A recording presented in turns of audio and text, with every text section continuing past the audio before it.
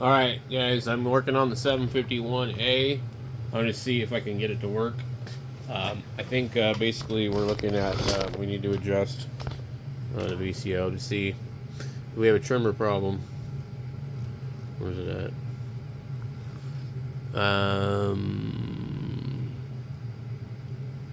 I think C107. Okay, so it's the top one right there. Okay, so I'm going to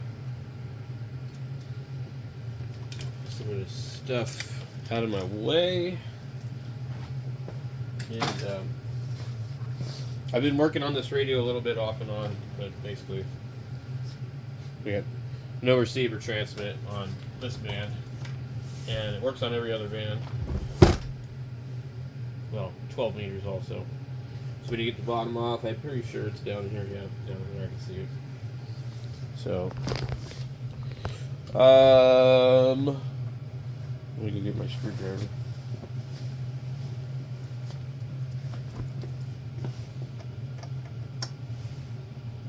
I try to be really careful with this radio because the screws on it are actually in really good shape. Alright. Let me come back when I got the screws out so you don't have to watch me do all that. Alright, we got the cover off. I'm going to go try and look down into this thing and see.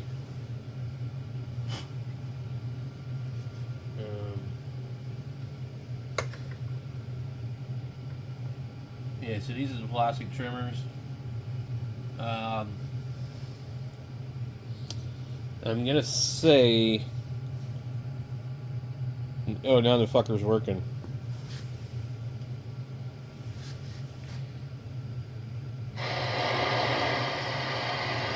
I mean, how am I supposed to fucking adjust the goddamn thing? You know, if it starts working. So we need to look over here and get an idea of what our VCO voltages are supposed to be. So I gotta find the test point. Alright, the lock voltage.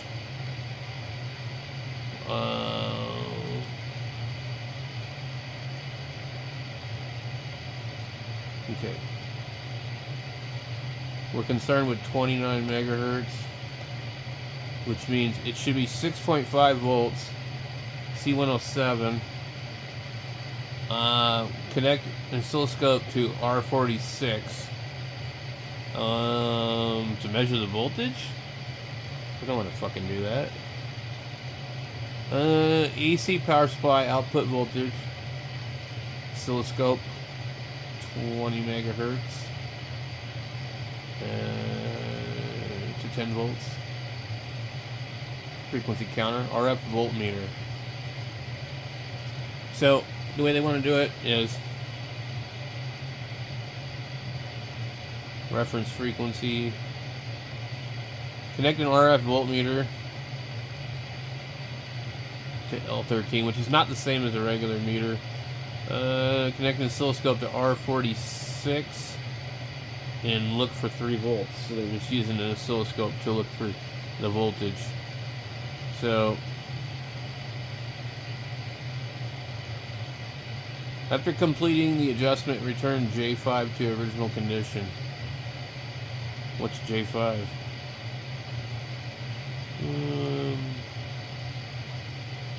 Where's J5?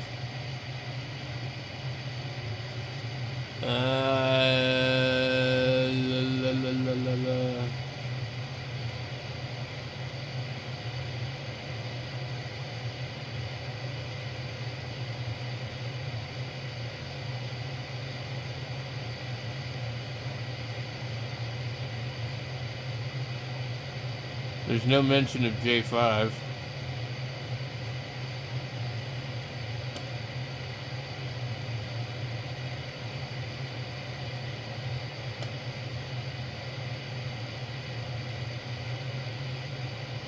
Okay.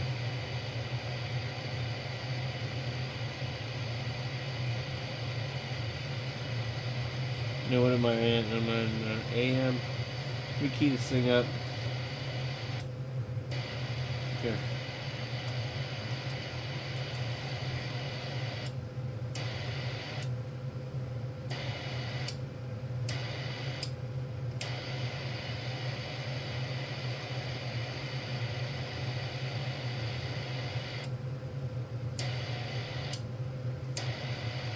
That's the interesting thing. I only get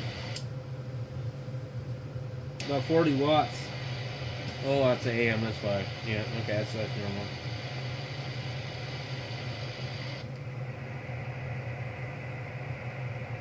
All right.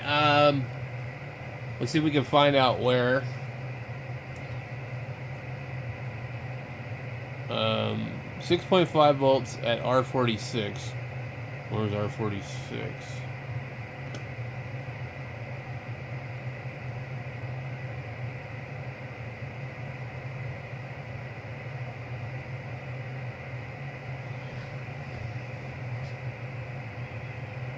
J1.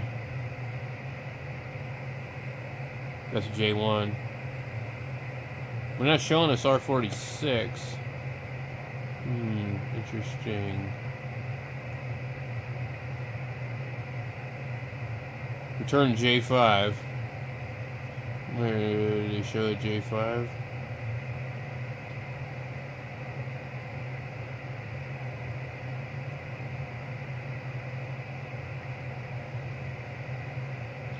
J5 is right here. J5 second low output level measurement location. Okay. Let me see if I can see it. It's at the corner. Okay.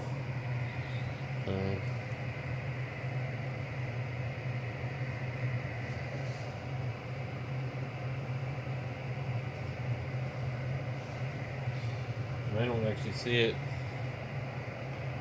They show that IF cam.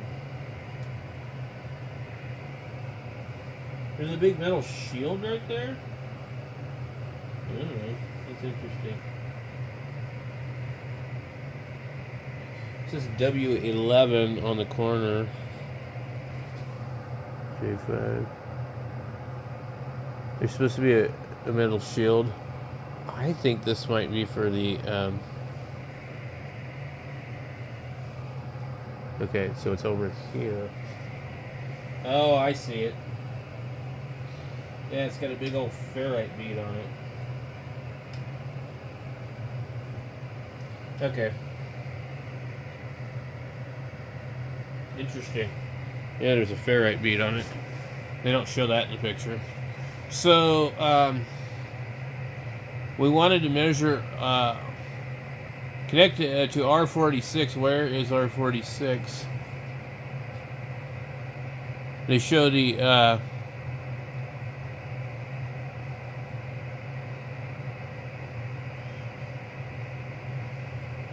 it says the unit and the location.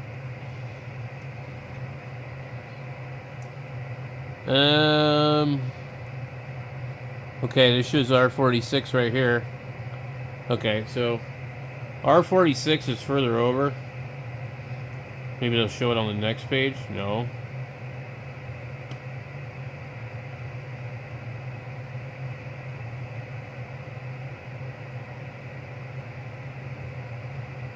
They show the antenna over here. I'm not really sure what they mean by this. Okay. R46 right here. Aha. Okay. Alright. Let me get my meter out. I need to find my probes that have clips on them. Okay, I found one of them. I've got these clips. They go on here. Usually, they don't like this meter. These probes are too long. Okay, so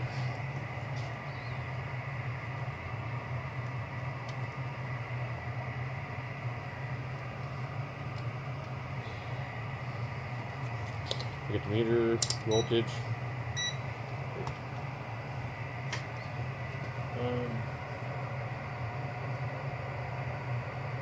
Here's R45, R44. Oh boy. They show it being right above the transistor next to something white. Oh, okay. Perfect. Okay. I got 3.205 volts on R46. I believe I'm supposed to have a lot more than that.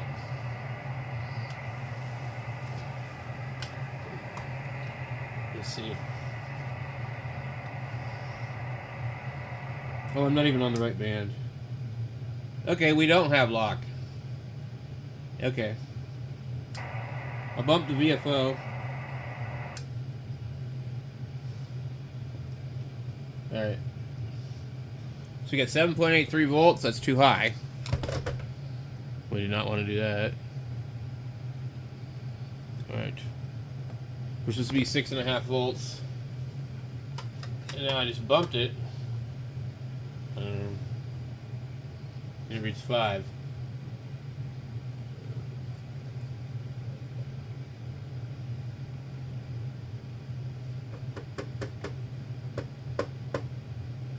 But we can literally tap on the thing and it changes. Which means there's possibly some type of contamination going on in here.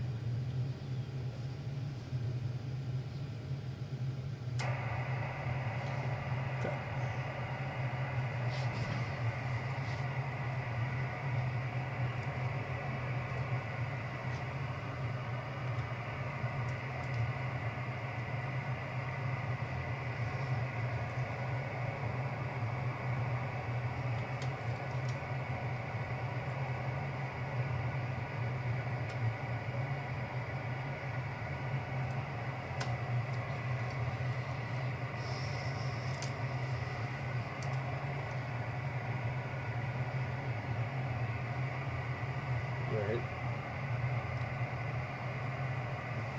I got 3.2. And I got 3.9, 5.6.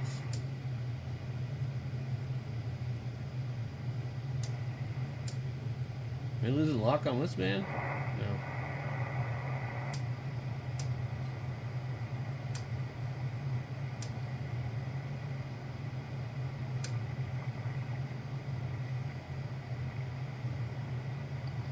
And it's now working on 10 meters. Let's go ahead and key it.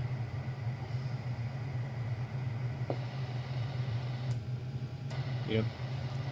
So the problem is pretty intermittent, and let me try tapping on this.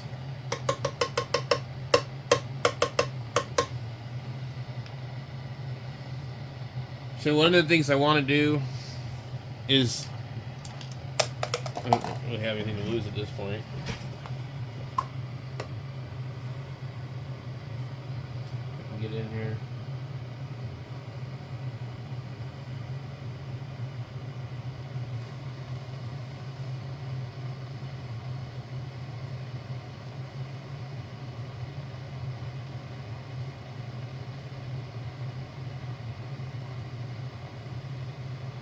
It doesn't lose lock, interesting. Okay, lost lock.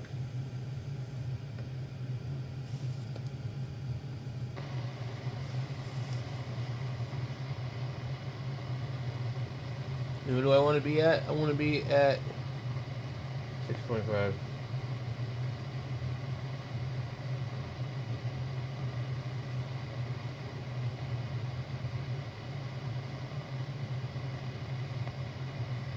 I'm at 6.6, and we need to be on 29.99.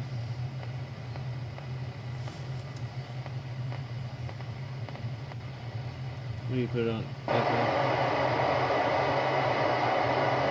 I think it wants to be 29.9. 29.9.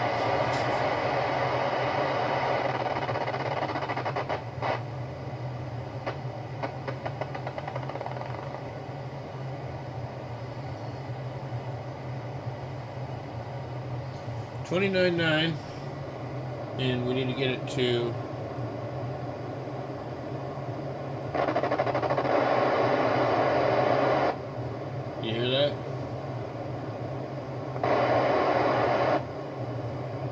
though it's making noise, it's out of lock at 7.8.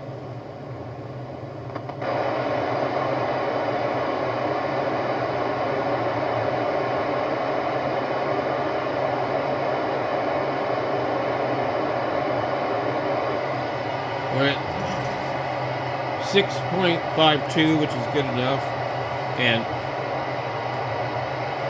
what we need to do now is go check 12.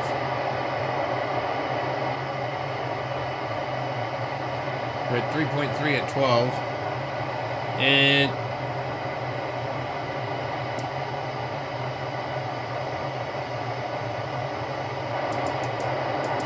nothing else is going to matter.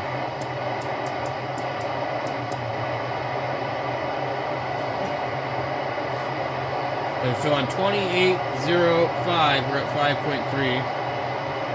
So basically, let's take a look here and see what we're looking at again. All right. So,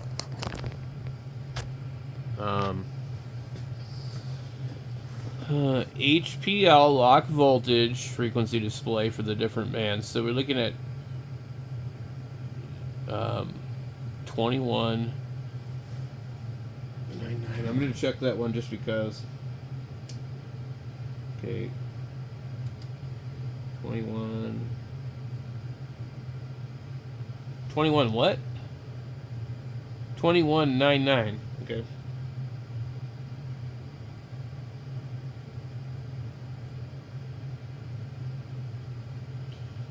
Oh, it takes a long time to get there, dude. Wait, no, it doesn't. Oh, it doesn't.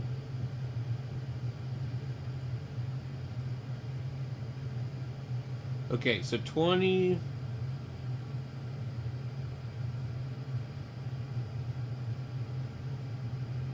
$21, 4, 8.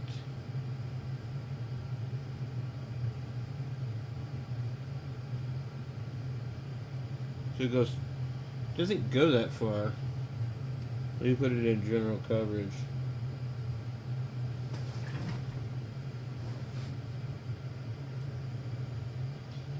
$21.5 and $21.9.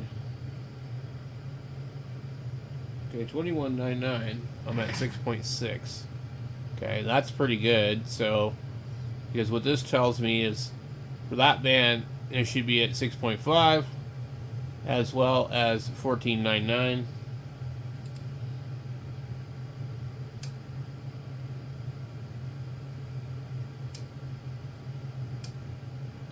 Okay, 14.99. I'm at 6.28.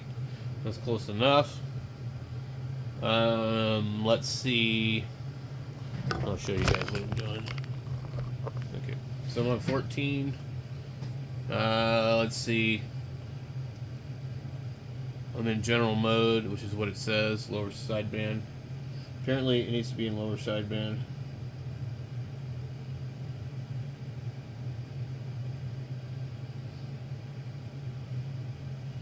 Okay, we'll see if that changes anything. No, it's still the same. I don't think it will change anything, but we'll just follow their rules here. And that's actually for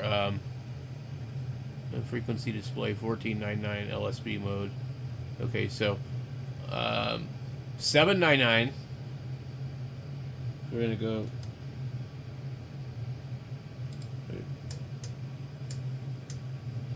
Okay, 7.968, whatever.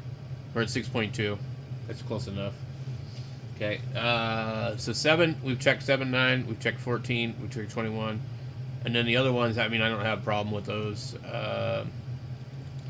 Let's see. And some of the other ones, the calibrator, the reference frequency, the PLL output, lock voltage.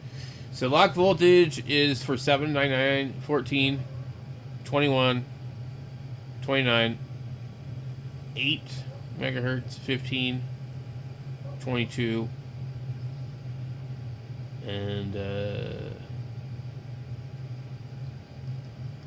yeah, they have different ones. So I think we're good. We'll take it out of general.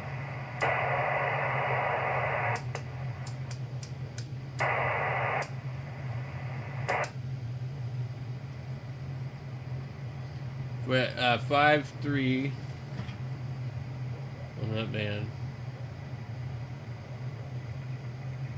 We're at 3.3 for 12 meters. It doesn't really tell you.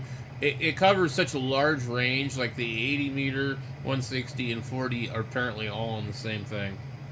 So, basically, this is a common problem with these, and it's probably going to continue to happen. I don't know if we can like get a good picture in here of where you guys can like see. These are plastic trimmers, and if you're lucky, you might get a radio where they've been replaced. There's wax down in here, okay? And the wax,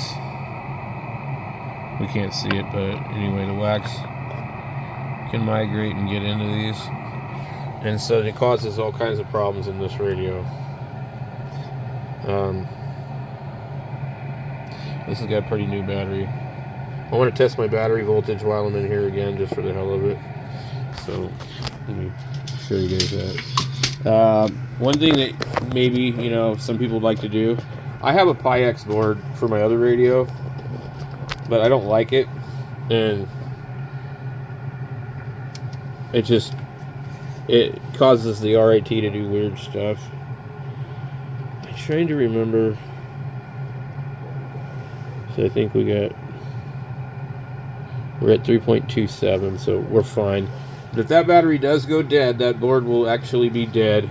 You'll never be able to do anything with it unless you know somebody that can program it, because ICOM isn't going to do it for you anymore. So it's just limited to a few different ICOM radios at this time period. They decided to use a volatile RAM chip that needed to be constantly battery backed up. You can change the battery out, but you need to make sure you have 3 volts on it while you change it. So what some guys have done is they've piggybacked a couple of extra coin cells, or holders, or other things, or different battery holders for this thing. But I mean, I do own a PIX board, so if it did go, I have a PIX board. I have another radio that has a good battery in it. So the chances of both of my radios having this board crap out at the same time are pretty slim. And I basically really like these radios, but it's not like a daily driver kind of radio for me. But I wanted to have the PIX board just because, I mean, you may not be able to get one here in the future. When I ordered it, they didn't have very many left, and it said they didn't have any more for a while, and then I guess they got some more. But I don't know how long they're going to keep selling these boards for these radios. But literally, when it goes dead, the whole radio is toast, and it's just not a good design. So, like, if I was smart, actually, I would probably just get rid of these radios for as much money as they possibly could. And if I had to really have this radio, I would buy a 761, which is the same radio. You look at all this room in here, there's a ton of room in this radio. So there's actually a power supply that can go down in here, and it hooks up right over here. And you can see the connector here. So there's a plate that will go on the back of the radio, and basically you have all that room. So, but the 761 is basically a very similar radio, and it has a power supply and a tuner. It's more kind of on the lines of a 940. This radio is a really good radio, but I mean, you don't have the band stack registers, you don't have a bunch of stuff, and they could have added the extra digit on the frequency display, numerous other things. There was other radios that are older than this that have 2 digits after the megahertz, after the kilohertz. So they basically have 100 hertz resolution instead of the 10 hertz resolution. I always get that mixed up. Anyway, let's get it back together. Hopefully that's, maybe it was just off a little bit. Maybe it just needed to be, cycled around a little bit.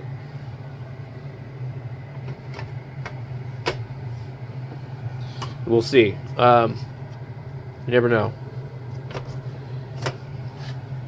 I may continuously keep doing it. I don't know.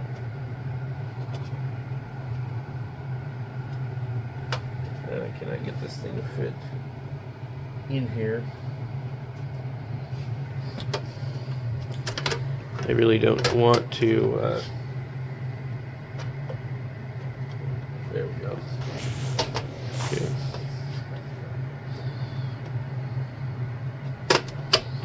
And it popped out again. Come on.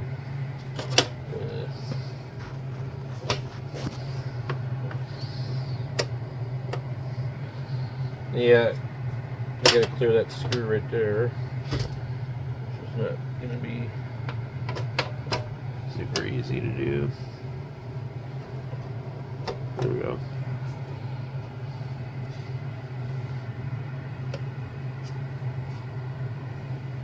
They basically want you to pull both cases off. Yeah.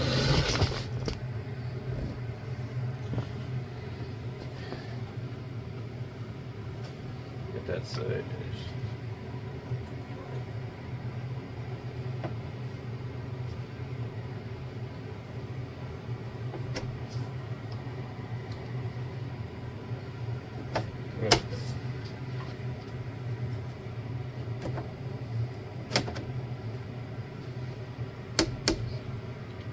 I like the actual like color of the paint on these two. It's kind of like a grayish green. This is the cleanest one I've ever seen, though. I mean, like the screws even just look really good. All right, so I think I got all the screws back into it, and now we can move it. I got cord right here. Let's just take a look. Let's just make sure. Let's see if everything looks okay. I don't know where the microphone is to this radio. I gotta find.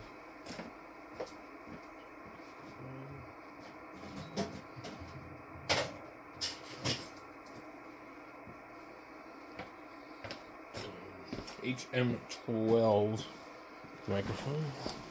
I don't know what this one would have came with, to be honest. Let's see here. Right.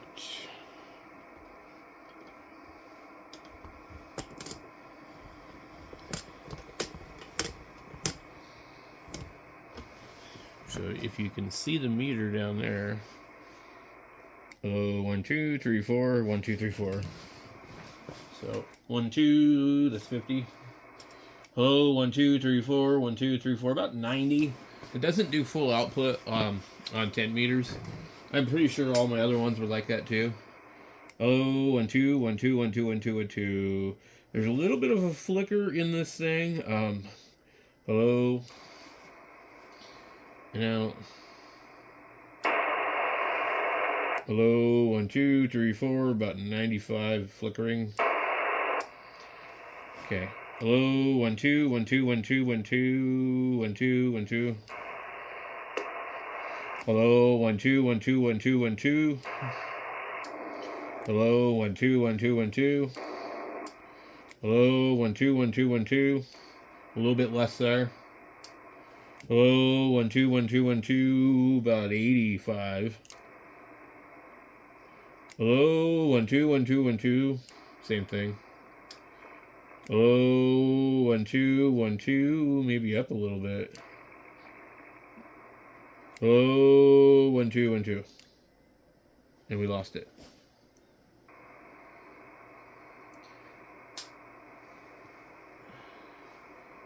Hello. So it still has a problem.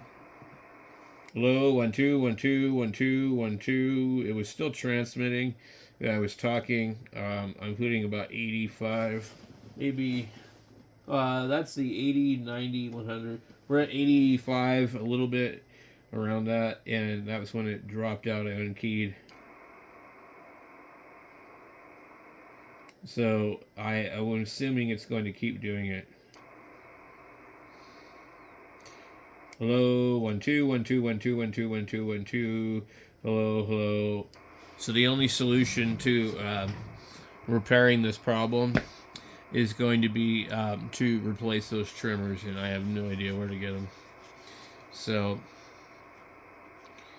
icom doesn't have them anymore, as far as I understand, and they're also a pain in the ass to get to.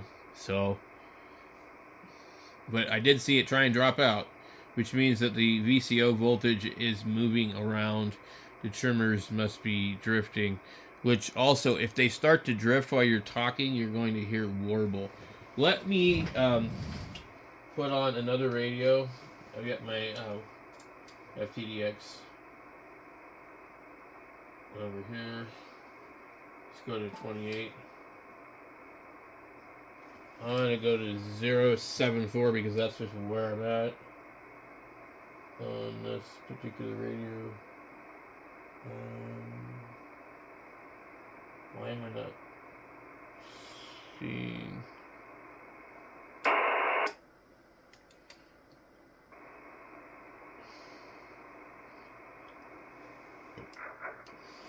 Okay, 1, 2, 3, 4, we can see there's clearly a problem.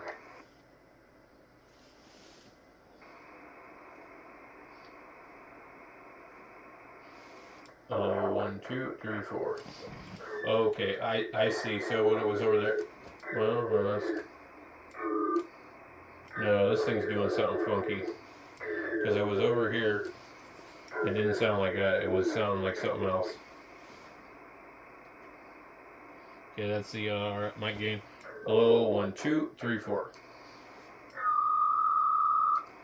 So it's not exactly on the same frequency as the other radio. Hello, 1, 2.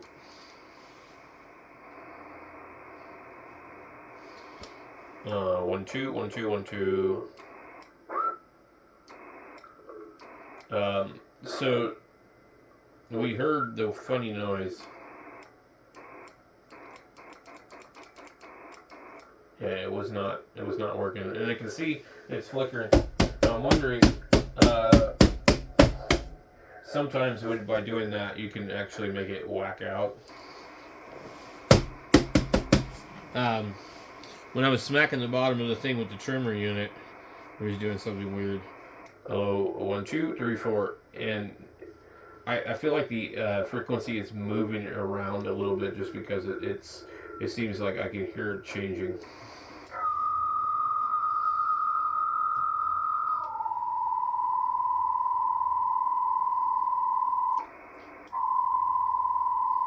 So it should not change from that.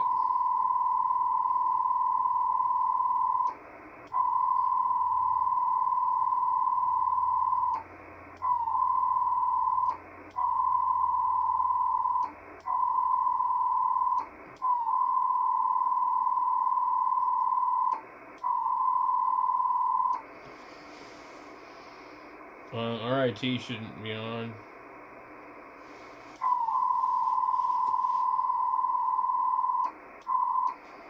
Hello, 1, 2, 3, 4, 1, 2, 3, 4. So anyway, these radios are really cool. They got a really awesome receiver, but they've got a couple of problems. Lots of radios have lots of problems. But you have the volatile RAM, and you've got the problem with the trimmers. And that's pretty much really it with these. So if you buy a Pi-X board, you don't have to worry about that. So I have 2 of them. My other one I haven't had time to get around to, but it has loses lower sideband, so I think there's a problem in the BFO unit. So whenever I get time and a board, I'll take a look at it. And it's a newer logo icom one also, but it has IF shift instead of PBT. So I don't know if the PBT is before or after they got sued. So I think Kenwood sued them for the terminology IF shift, and they had to change the circuit and change the name to passband tuning. It might have been the other way around. Either way, doesn't really matter. So thanks for watching. I don't know if this helps anybody, I don't know if this radio is going to behave or not.